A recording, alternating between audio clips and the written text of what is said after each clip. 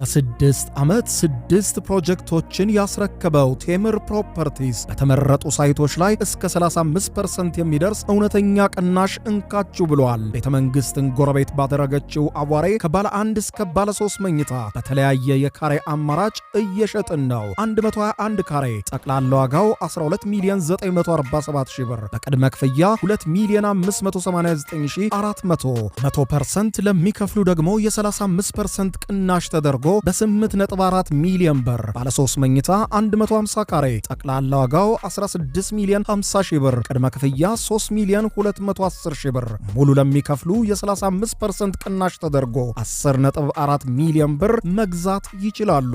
የዲፕሎማቶች መኖሪያ በሆነችው ሳር ቤት ከአፍሪካ ህብረት በቅርብ ርቀት ላይ በምትገኘው ቡልጋሪያ ከስቱዲዮ እስከ ባለ 3 መኝታ ቤት በተለያየ ካሬ አማራጭ አቀርበናል። በተጨማሪም በገላንና በቡልጋሪያ ሳይቶቻችን ላይ በዘመናዊ የንግድ ሞሎቻችን ውስጥ የንግድ ሱቆችን ከቅድመ ክፍያ 500 ሺህ ብር ጀምሮ ከ2.5 ሚሊዮን ብር ጠቅላላ ክፍያ ጋር እየሸጥን እንገኛለን። ይፍጠኑ። በ0910 47 38 79 ወይም በ0991 81 33 32 ላይ ሃሎ ይበሉን። ቴምር ፕሮፐርቲስ።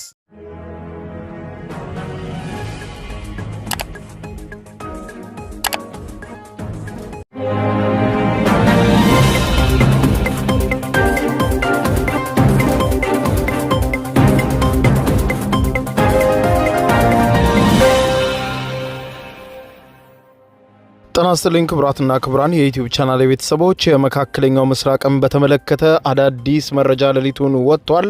ኢራን የአየር ክልሏን መዝጋቷን አስታውቃለች። የአየር ክልሏን የዘጋችው ላልተወሰነ ጊዜ እንደሆነ አስታውቃለች። ይህንን ተከትሎ የአሜሪካ ጦር አስቸኳይ ማሳሰቢያ ሲያወጣ ዋይት ሃውስም በጉዳዩ ዙሪያ ኢራንን በተመለከተ ቀጭን ማስጠንቀቂያ ሰጥቷል። የእስራኤል የጦር ኃይል ደግሞ በተጠንቀቅ የአየር መከላከያ ስርዓቱን ማቆሙን የገለጸ ሲሆን ለጦርነትም እስራኤል መዘጋጀቷ እየተገለጸ ነው። ሁኔታዎች ወደ መካረር ባመሩበት የመካከለኛው ምስራቅ ቀጠናን ጉዳይ ተከትሎ የነዳጅ ዋጋ ጨምሯል። በተለይም ኢራን የአየር ክልሏን የዘጋችበት ምክንያትን ተንታኞች ሲያስረዱ የሚሞከር አንዳች ከባድ መሳሪያ በኢራን ውስጥ እንዳለ ተመልክቷል። ይህ የሚሞከረው መሳሪያ ምን ይሆናል? እንዲሁም ይህ መሳሪያ መሞከሩ ውጤታማ ከሆነም ካልሆነም ሊያመጣ የሚችለው መዘዝ ምን ሊሆን ይችላል የሚለውን በሰፊው ተተንትኗል። በዝርዝር የማስደምጣችሁ ጉዳይ ይሆናል። አብረን እንከታተለው። በቅድሚያም በተባባሰው የመካከለኛው ምስራቅ ውጥረት ኢራን የአየር ክልሏን መዝጋቷ ሲሰማ አሜሪካ የመጨረሻ ያለችውን ማስጠንቀቂያ መስጠቷ ሲዘገብ ተንታኞችና ለጉዳዩ ቅርበት ያላቸው ሰዎች በዚህ ሳምንት ጦርነት ሊጀመር ይችላል የሚለውን ነገር አስረግጠው መናገራቸው ስጋቱን ጨምሮታል። የነዳጅ ዋጋም እንዲንር አድርጓል ተብሏል። ሮይተርስ መገናኛ ብዙሃን ዛሬ ከደቂቃዎች በፊት እንደዘገበው ከሆነ ኢራን ለዓለም አቀፍ ተቋማት አሳውቃ የአየር ክልሏን ዘግታለች። የአየር ክልሏን የዘጋችው ኢራን የሚሳኤል ሙከራ ለማድረግ ማቀዴን ተከትሎ በአየር ክልል ላይ ምንም አይነት በራሪ አውሮፕላን እንዳያልፍ ስትል ነው ያገደችው። የታቀደው የሮኬት ማስወንጨፍና ሙከራን በተመለከተ ዝርዝር መረጃ ያልሰጠችው ኢራን ነገር ግን ሙከራ ስለማደርግ በግዛቴ አንድም አይነት አውሮፕላን እንዳያልፍ ስትል የአየር ክልሏን መዝጋቷን ለኖታም አሳውቃለች። ለኖታም የተላከው ዓለም አቀፍ ማስጠንቀቂያ እንደሚያመለክተው ከሆነ በዛሬው ዕለት ማለዳ ጀምሮ በቴህራን የሚገኘው የኢራን ሲቪል አቪዬሽን ድርጅት ጠንከር ያለ ማስጠንቀቂያ ያወጣ ሲሆን መልእክቱም በቴክኒካዊ ቋንቋ በኖታም በA0043 ህዝባር 26 በሚል ኮድ የተላለፈ መሆኑም ተነግሯል። ኢራን የአየር ክልሏን የዘጋቸው ከዛሬው ዕለት ጀምሮ ሲሆን መቼ እንደሚከፈት ግን አልጠቀሰችም። በሰሜናዊ ኢራን በተለይም ደግሞ ሰምናን እየተባለ በሚጠራው ግዛት ውስጥ በሚገኝ የኢማም ኪሚኒ የጠፈር ጣቢያ በዙሪያው ያለው ሰፊ የአየር ክልልም ጨምሮም በጥብቅ እንደተዘጋ አመልክታለች። በእነዚህ ጊዜያትም ማንኛውም የንግድ አውሮፕላን በአካባቢው ማለፍ የተከለከለ ሲሆን ከምድር ወደ ሰማይ የሚተኮሱ ሮኬቶች በብዛት ስለሚኖረው ለአውሮፕላኖች ደህንነት ሲባል የአየር ክልሉ ሙሉ በሙሉ ተዘግቷል ብላለች። ይህ መልእክት እንደወጣ የዩናይትድ ስቴትስ ፌዴራል አቪዬሽን አስተዳደር FAA ለአሜሪካ ፓይለቶችና አየር መንገዶች አስቸኳይ ማስጠንቀቂያ አውርዷል። የፋርስ ባህረ ሰላጤና የኦማን ባህረ ሰላጤን የሚያቋርጡ የአሜሪካ አውሮፕላኖችና በረራዎች ከፍተኛ ጥንቃቄ እንዲያደርጉ ያወጀ ሲሆን የኢራን ሮኬት ተኩስም ያልታሰበ አደጋ በመንገደኞች አውሮፕላን ላይ ሊፈጥር ስለሚችል ማንኛውም የአሜሪካ አውሮፕላን ከተከለከለው ክልል ርቆ እንዲበር ሲል አሳስቧል። በምድረ በዳው መካከል ያለውን ሁኔታ የተመለከቱት ዘጋቢዎች በዛሬው ዕለት ኢራን የምታደርገው የወታደራዊ ሙከራ በቴህራን ደቡብ ምስራቅ አቅጣጫ በሚገኘው በረሃማው የሰምናን ግዛት የኢራን ናሳ ተብሎ በሚጠራው ግዙፉ የጠፈር ጣቢያ የሚተኮስ ሚሳኤል እንዳለ አመልክተዋል። የምዕራባውያን የሳተላይት ምስሎች እንደሚያመለክቱት ባለፉት 48 ሰዓታት በጣቢያው ላይ ከፍተኛ የሰዎች እንቅስቃሴ መኖሩን አረጋግጠናል ብለዋል። የማስወንጨፊያው መድረክ ወይም ላውንች ፓድን በተመለከተ ግዙፍ ክሬኖች አንድን ረጅም ሮኬትን ቀጥ አድርገው ሲያቆሙ ታይቷል ተብሏል። ሌላኛው የድጋፍ ሰጪ ተሽከርካሪዎች ሲሆኑ በመቶዎች የሚቆጠሩ የሳተላይትና ወታደራዊ መኮንኖች ተሽከርካሪዎችን ወደ ጣቢያው እየጎረፉ አሳይተዋል።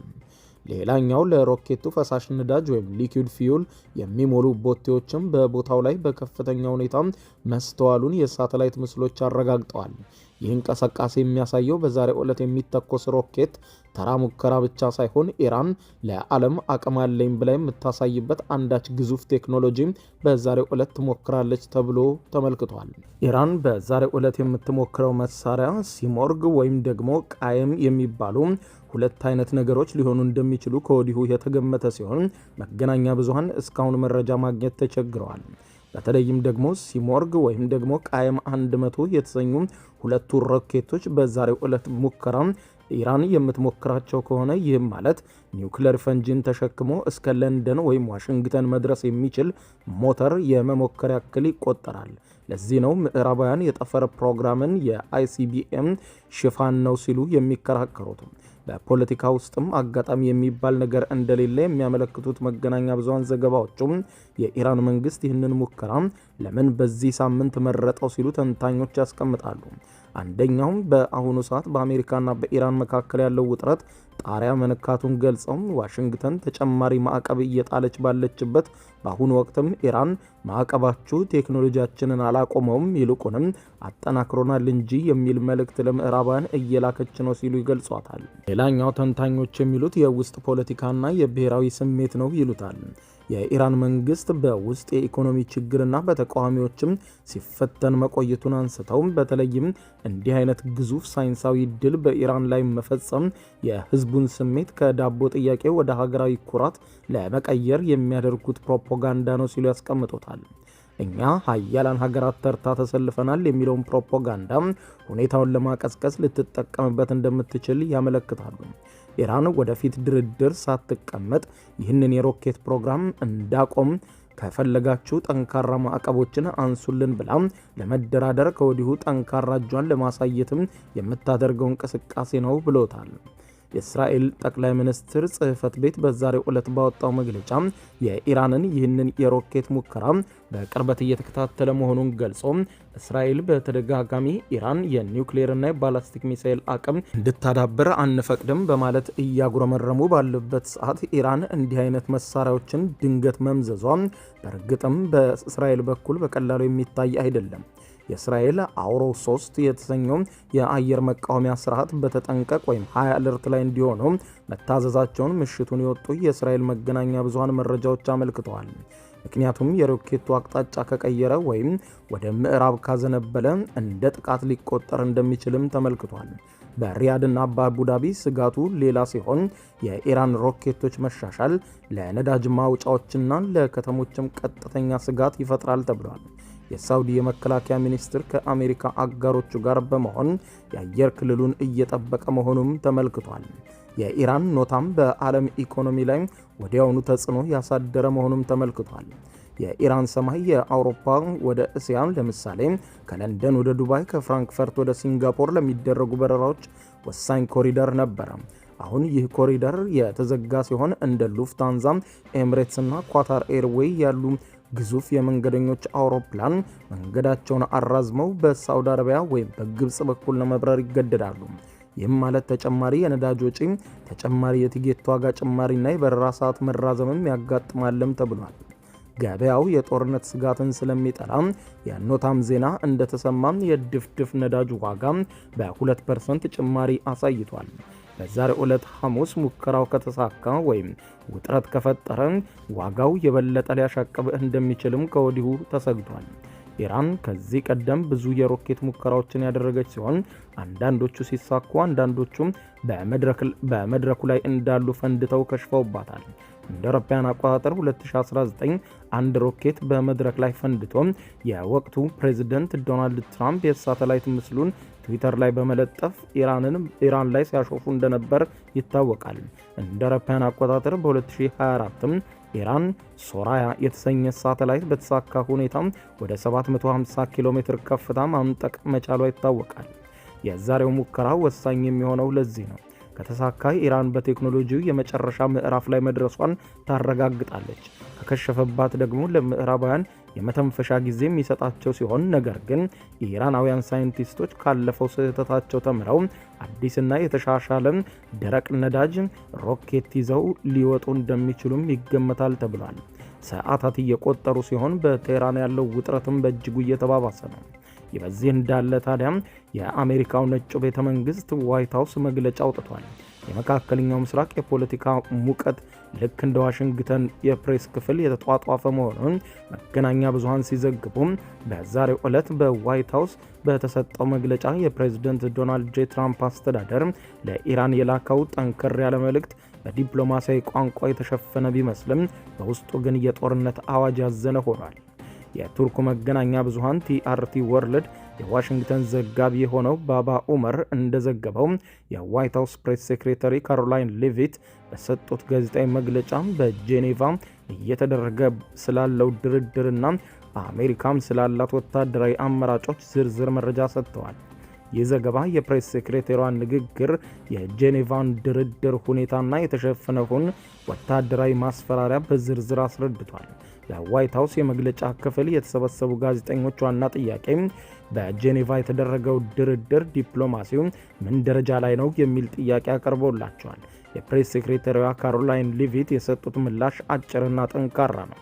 ሌቪት ሲናገሩ ፕሬዝደንት ትራምፕ ለዲፕሎማሲ ቅድሚያ ይሰጣሉ፣ ነገር ግን ኢራን ከፕሬዝደንት ትራምፕና ከእርሳቸው አስተዳደር ጋር ስምምነት ማድረግ በጣም ብልህነት እንደሆነ ልንነግራቸው እንወዳለን። አሁን የመጨረሻዋን ካርድ እየመዘዙ ነው ብለዋል።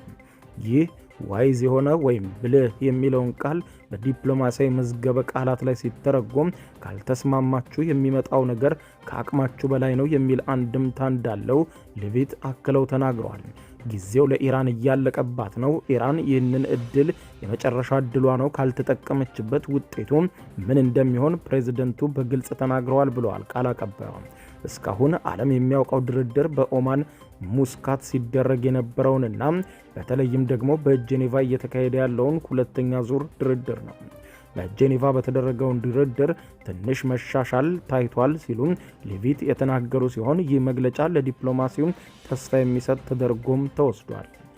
ሆኖም በዋና ዋና ጉዳዮች ላይ አሁንም በጣም ተራርቀናል፣ ቬሪ ፋር አፓርት በማለት እውነታውን ያስቀመጡት ሲሆን ኢራን በኒውክሌር ማበልጸግና በሚሳኤል ጉዳይ ላይ ያላትን አቋም እስካሁን እንዳላለዘበች ተናግረዋል። ኢራንን እንደገና ለማጥቃት ብዙ ምክንያቶችና መከራከሪያዎች አሉን ያሉት ካሮላይን ሌቪት ዝርዝሩን እዚህ መናገር አልችልም፣ ነገር ግን ፕሬዝደንቱ ከብሔራዊ ደህንነት ቡድናቸው ጋር እየመከሩ ነው፣ ምን ማድረግ እንዳለባቸው እነርሱ ያውቃሉ ሲሉ አስደንጋጩን መልእክት በኢራን ላይ ተናግረዋል። ክቡራን አድማጮች ለሰዓቱ ብታደምጧቸው መልካም ናቸው ያልኳቸው አጫጭር መረጃዎች የሰማችኋቸው ናቸው። ከሰዓታት በኋላ በሌላ መረጃ ተመልሰን እስከምንገናኝ በያለንበት የዓለም ዳር ቸር እንቆይ።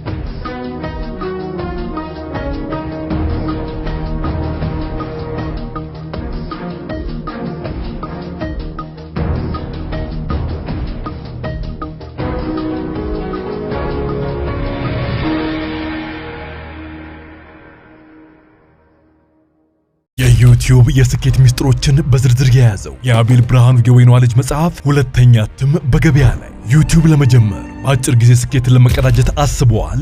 ዩቲዩብ ብጀምር ስንት ብር አገኘሁም ብሎ አስበዋል? እንግዲያውስ በዩቲዩብ 2 የወርቅ 3 የብር ሽልማቶችን ያገኘው የአቤል ብርሃኑ የወይኗ ልጅ የዩቲዩብ ሚስጥሮች መጽሐፍ በዝርዝር ሁሉንም ያብራራሉታል። ዛሬውኑ ገዝተው ህልሞን እውን የሚያደርጉበትን የዩቲዩብ የስኬት መንገድ ይጀምሩ። በሀገር ቤት አከፋፋይ አዲስ አበባ ሜክሲኮ ኮሜርስ መጽሐፍት መደብር። በውጭ ሀገራት ለምትገኙ ከአማዞን ላይ ብታዙ በቀናት ውስጥ ደጁ ይደርሳል። የአማዞን ሊንኩን እዚህ ቪዲዮ ኮሜንት ላይ ያገኙታል። የዩቲዩብ ሚስጥሮች፣ ዘመኑ ጋር ተፈላጊ መጽሐፍ። በ6 ዓመት 6 ፕሮጀክቶችን ያስረከበው ቴምር ፕሮፐርቲስ በተመረጡ ሳይቶች ላይ እስከ 35% የሚደርስ እውነተኛ ቅናሽ እንካችሁ ብሏል። ቤተ መንግስትን ጎረቤት ባደረገችው አዋሬ ከባለ 1 እስከ ባለ 3 መኝታ በተለያየ የካሬ አማራጭ እየሸጥን ነው። 121 ካሬ ጠቅላላ ዋጋው 12,947,000 ብር፣ በቅድመ ክፍያ 2,589,400፣ 100% ለሚከፍሉ ደግሞ የ35% ቅናሽ ተደርጎ በ8.4 ሚሊዮን ብር ባለ 3 መኝታ 150 ካሬ ጠቅላላ ዋጋው 16,050,000 ብር፣ ቅድመ ክፍያ 3,210,000 ብር፣ ሙሉ ለሚከፍሉ የ35% ቅናሽ ተደርጎ 10.4 ሚሊዮን ብር መግዛት ይችላሉ። የዲፕሎማቶች መኖሪያ በሆነችው ሳር ቤት ከአፍሪካ ህብረት በቅርብ ርቀት ላይ በምትገኘው ቡልጋሪያ ከስቱዲዮ እስከ ባለ 3 መኝታ ቤት በተለያየ ካሬ አማራጭ አቀርበናል። በተጨማሪም በገላንና በቡልጋሪያ ሳይቶቻችን ላይ በዘመናዊ የንግድ ሞሎቻችን ውስጥ የንግድ ሱቆችን ከቅድመ ክፍያ 500,000 ብር ጀምሮ ከ2.5 ሚሊዮን ብር ጠቅላላ ክፍያ ጋር እየሸጥን እንገኛለን። ይፍጠኑ። በ0910 47 38 79 ወይም በ0991 81 33 32 ላይ ሃሎ ይበሉን። ቴምር Properties